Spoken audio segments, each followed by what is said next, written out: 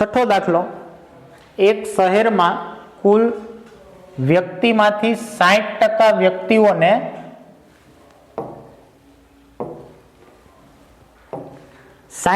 વ્યક્તિઓને ક્રિકેટ, 30% વ્યક્તિઓને ફૂટબોલ, 60% વ્યક્તિને ક્રિકેટ, 30% વ્યક્તિને ફૂટબોલ અને બાકીની વ્યક્તિઓને બીજી રમત ગમે છે. તો એ બીજી રમત વાળા કેટલા હોય? આપણે સીધું લોજિક લગાડીએ, 60 ને 30 90, તો બીજી રમત વાળા છે ને એ 10% હોય, ત્યારે કુલ ટકાવારી 100 થાય. એ પહેલા આપણે સમજી લઈએ. બરાબર, ક્રિકેટ 60%, ફૂટબોલ 30%, તો બાકી બચ્યા 10%. એ 10% ની અંદર બીજી રમત વાળા હોય એટલે 100% થઈ જાય. તો અન્ય રમતો પસંદ કરતા વ્યક્તિઓની ટકાવારી કેટલી? તો એની ટકાવારી 10%. અન્ય રમત પસંદ કરનારની ટકાવારી 10%. જો શહેરમાં કુલ 50 લાખ વ્યક્તિઓ હોય તો પ્રત્યેક રમત પસંદ કરનાર વ્યક્તિઓની કુલ સંખ્યા કેટલી હશે? હવે આપણે દરેકની ટકાવારી શોધવાની છે. કુલ 50 લાખ વ્યક્તિ છે એમ આપણે આપ્યું છે. કુલ કેટલા? 50 લાખ વ્યક્તિ છે.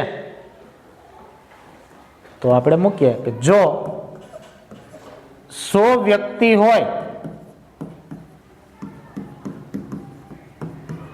તો 60 ને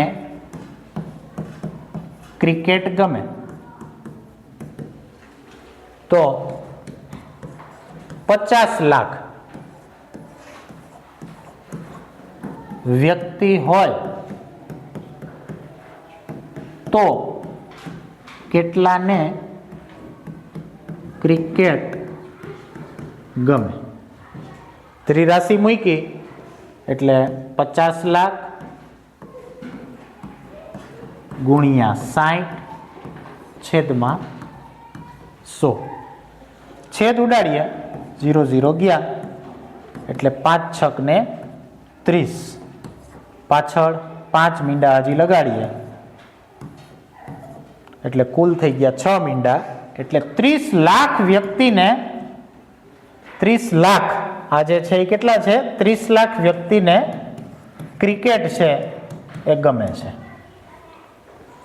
તો ક્રિકેટ ગમે એવા 30 લાખ વ્યક્તિઓ છે, કુલ 50 લાખની વસ્તી છે. હવે આગળ આપણે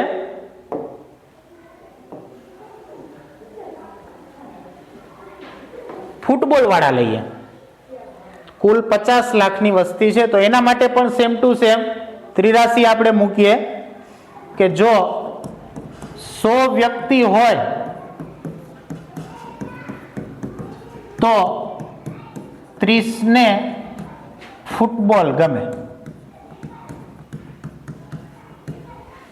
તો કુલ વ્યક્તિ તો 50 લાખ છે. કુલ 50 લાખ વ્યક્તિ હોય તો કેટલાને ફૂટબોલ ગમે?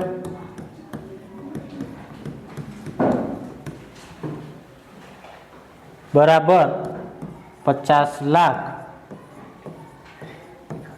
ગુણ્યા 30 છેદમાં 100. 0 0 ગયા, 0 0 ગયા. 5 તેરી ને 15, પાછળ આપણે લગાડી દઈએ 5 0.